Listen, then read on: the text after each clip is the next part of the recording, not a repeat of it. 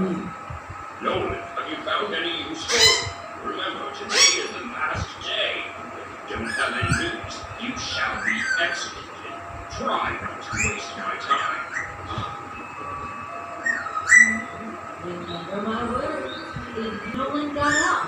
He spat out the drink in his mouth, put on his invisibility cloak, and followed her. Got into the princess's room. Nolan got surprised when he saw the strange of the oldest princess Mama.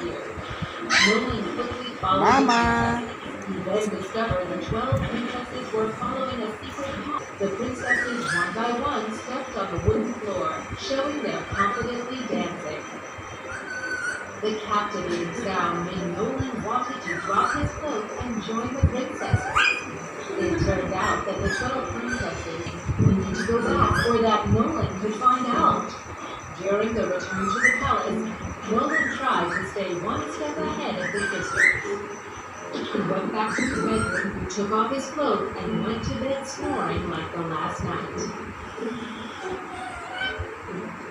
See, you hear that snoring? Do you have to worry anymore? The next morning, the king called the 12 princesses and Nolan into the palace. The princesses giggled, confident that Nolan would fail like the others. But things didn't turn out the way they thought. What could a deadly sleeping know? Your Majesty, I have my answer. Please follow me. Nolan opened the tunnel the same way the first princess used. He led the king along the path lined with silver leaf trees as he went to the splendid garden.